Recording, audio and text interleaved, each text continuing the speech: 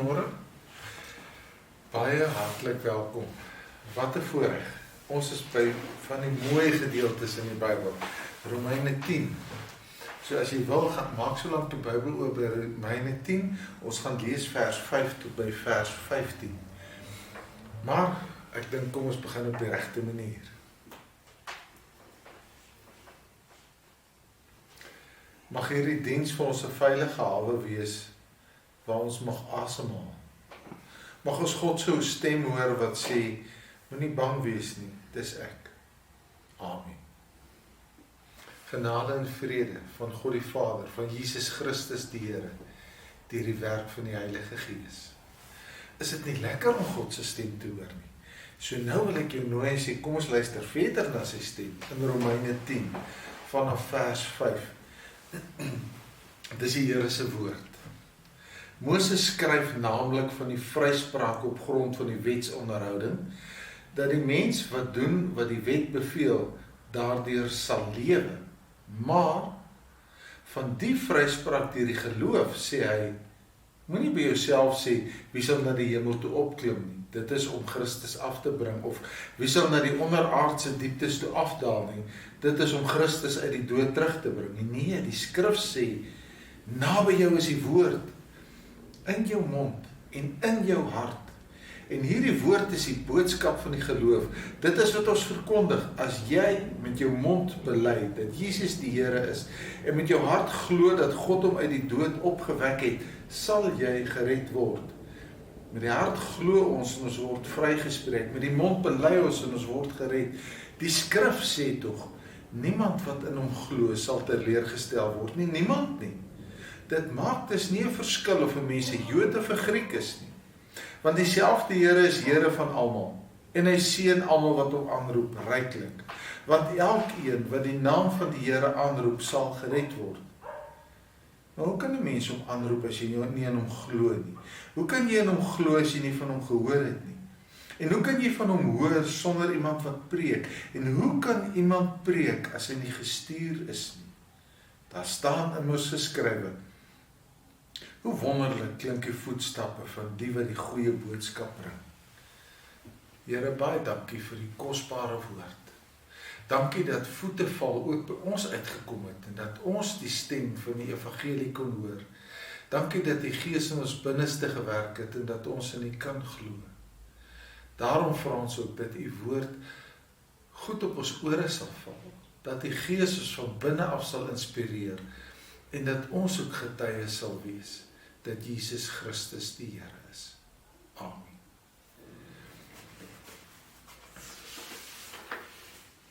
Hompie Kedompie sit op die wal. Hompie Kedompie het hard geval. Die koning se ruiters, die koning se leer, kon Hompie Kedompie se val nie keer. Hompie Kedompie sit in die nood, want Hompie Kedompie is in stukkies. Hompie Kedompie kan in homself niks doen nie die koning se soldate nie die koning se weermag nie, niemand kan iets met Hompie Kedompie doen nie. En dan sê iemand, maar vat hom na hierdie man toe. Die soldate het hom letterlik bymekaar geskraap en in 'n sak gevat. En dan hoor Hompie Kedompie hierdie sagte, vriendelike, manlike stem wat vir hom sê, Hompie Kedompie, ek het jou gesê jy moet versigtig wees. Niks verwytend nie, niks beskuldigends nie, maar Hompie, kom ons kyk wat ons kan maak, en dan sit sy maker hom aan mekaar. Daar is hy, nou is jy weer heel. Moet nou nie weer gaan droog maak nie. En dan kan Hompie Kedompie verder leef. Martin Luther se groot dag is nie 31 Oktober in Wittenberg. Veel eerder sê hy vir ons, dis 'n tyd terug, nog voor hy die spyker in die kerk se deur geslaan het, met sy 31 stellings. Hy vertel altyd dat hy 'n toring ervaring gehad het. Hy het Romeine 1 vers 17 gelees in die swart klooster van Wittenberg. En hy het Romeine 1 vers 17 gelees, wat ons altyd ken as die regverdige sal uit die geloof lewe. Ek wil vir jou lees wat hier staan geskrywe. In die evangelie kom juist tot openbaring, dat God mense van hulle sonde vryspreek, enkel en alleen omdat hulle glo. Dit is soos daar geskrywe staan, elkeen wat deur God vrygespreek is, omdat hy glo, sal lewe. En dan vertel Martin Luther self vir ons, hy sê dit was vir hom 'n doodsvonnis. Hy was ontsteld, hy het nie God gehaat nie, maar hy was ontsteld, hy het gevroeg oor hierdie wrede God. Totdat Romeine 1 vers 17 vir hom sin gemaak het. En dan sê hy, die hekke van die paradys het vir my oopgegaan, toe hy geregtigheid van God verstaan het. Dat ons aanvaarbaar vir God is, omdat Jesus betaal het vir ons sondes, en enkel en alleen omdat ek in hom glo, het ek die ewige lewe. Martin Luther skryf hierdie goed juis in 'n tyd toe die mense in die kerk verteer was deur angs, opgeëet is deur vrees, in bewing geleef het vir die straf van God. Die vryspraak kom enkel en alleen omdat ons glo. En daarom is ek en jy deel van die Hompie-Kedompie vriendeklap. Ons is Hompie-Kedompies. Ons het stikkend geval. Die sonde het ons totale al vernietig. Die ewige dood was ons voorland. Maar God, deur Jesus Christus, die vriendelike woord, het ons kom heel maak. Hy het met sy gees in ons kom woon en 'n ander reël in ons binneste gesit. Nou kan ek vir jou vers 9 en vers 10 lees van hoofstuk 10 en dan kan ons sê, wow, het dit nie 'n groot impak op ons lewe nie. Vers 9 sê, as jy met jou mond bely dat Jesus die Here is en met jou hart glo dat God hom uit die dood opgewek het, sal jy gered word. Met die hart glo ons en ons word vrygespreek, met die mond bely ons en ons word gered. Ek moet daarom vir jou vinnig sê, dis nie so maklik soos wat dit hier staan nie, want enige iemand kan enige iets sê, maar hierdie bely is 'n baie spesifieke woord. Die Griekse woord wat hier gebruik word, beteken letterlik dat ek sê, om saam met God te sê, dat soos God sê, Jesus is die Here, so sê ek, Jesus is die Here. So dit is om met God saam te stem, dit is om God se woorde te gebruik, dit is om God se betekenis te hê. En dis 'n wonderlike ding, dis 'n openbare verklaring om te sê, hier staan ek, die wêreld moet dit hoor, Jesus Christus is die Here. Here is 'n algemene woord.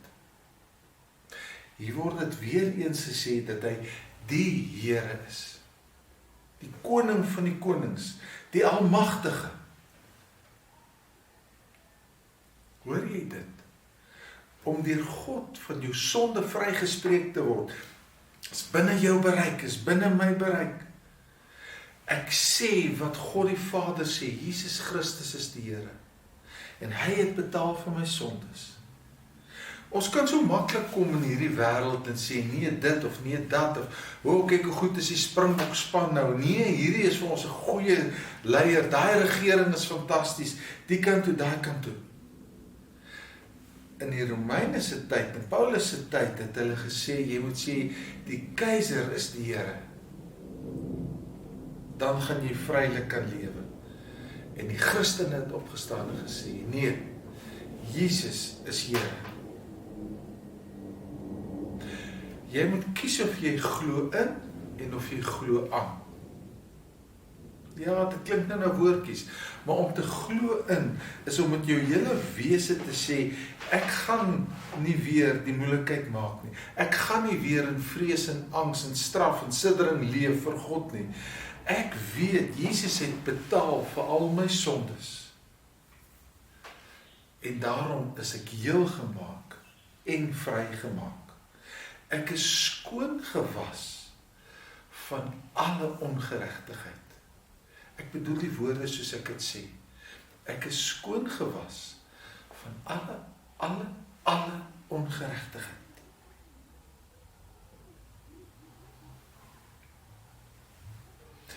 Om met my hart te glo, is om my hele wese te sê, hy is my Here. En om met my mond te bely, is om met my rede saam met God te stem. Wat 'n groot impak. Ja, dit kan gevaarlik wees. O ja, dit kan baie gevaarlik wees. Ja, dit maak jou baie onveilig. Al in die Romeinse tyd was daar etiket op die Christene geplak, omdat die Christene nie kon sê, die keiser is die Here nie, maar net gesê, Jesus Christus is die Here, is hulle uitgedruk en doodgemaak. In Martin Luther se tyd, omdat hy gesê, Jesus is die Here, ek stem nie saam met die paus nie, is hy voelvry verklaar. Jy maak jou oop vir kritiek, punt. Ek kan baie goedjies sê, ek kan baie stories vir jou vertel, jy maak jou oop vir kritiek om te sê, Jesus Christus is my Here. Maar ons, as die werklikhede van sy teenwoordigheid, maak dat mense God deur ons kan beleef.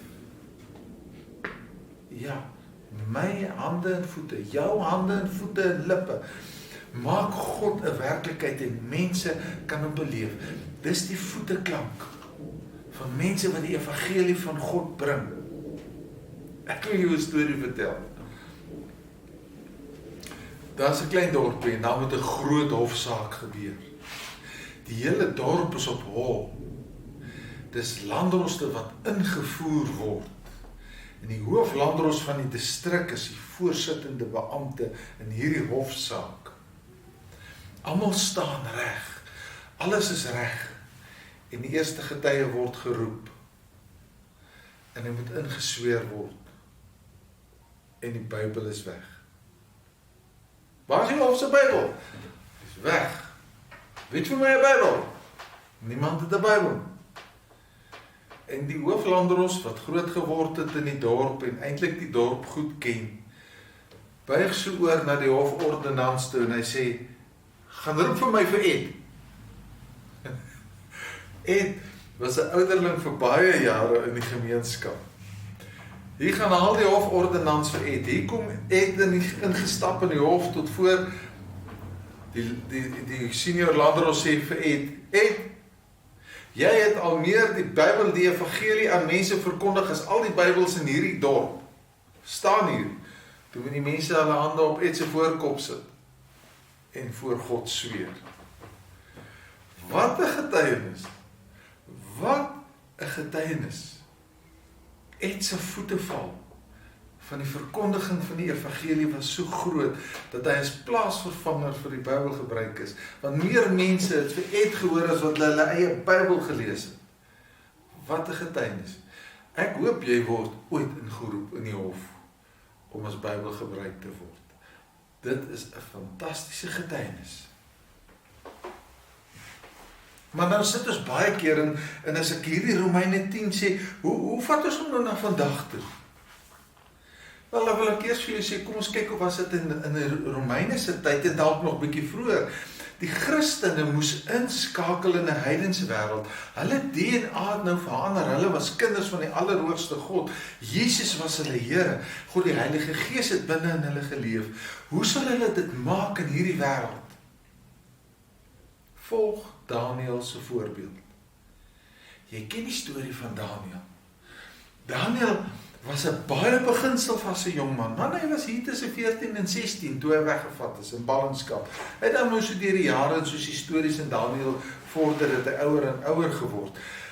Maar Daniël was so beginselvas en hy het bly oorleef voor die gesig van 'n heidense koning in die teenwoordigheid van 'n heidense koninkryk, want niemand van hom gehou het nie. Daniël het veroorsaak dat die koning 3 keer gekonfronteer is met God. Eers het die koning gedroom, en toe moes die mense die droom van die koning sê en sy uitleg.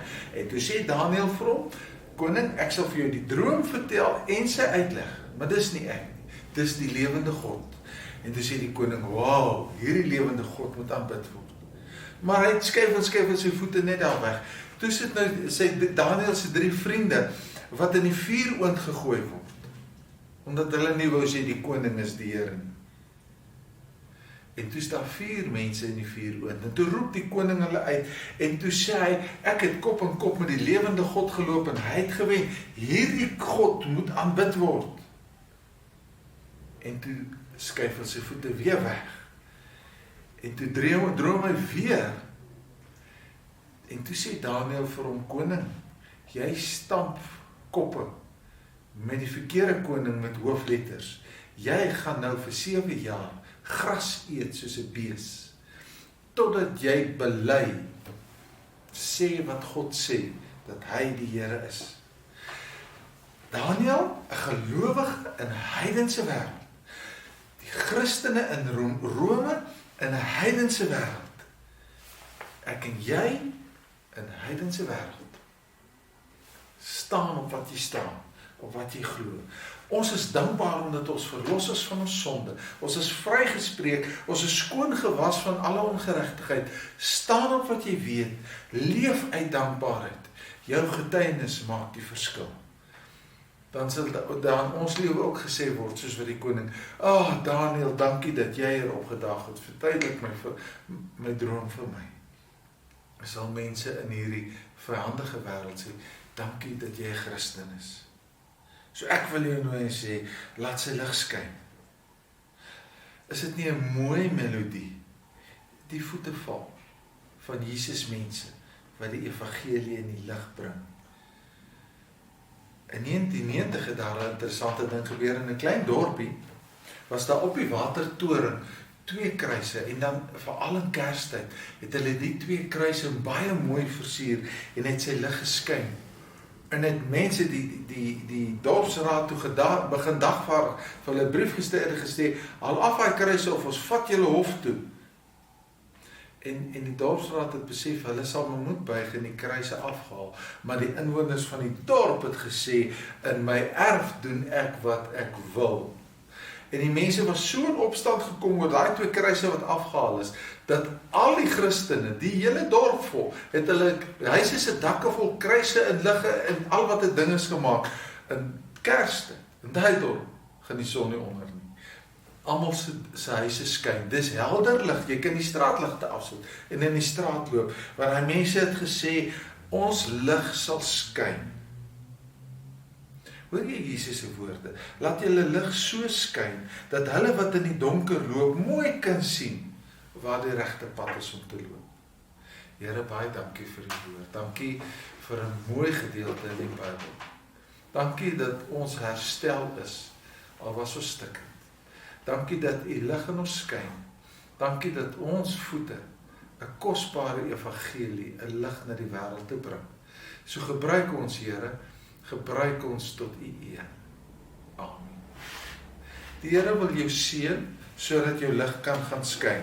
So daarom ontvang ook dan nou die Here se seën. Mag die genade van die Here Jesus Christus, mag die liefde van God, mag die teenwoordigheid van die Heilige Gees by jou wees. Amen.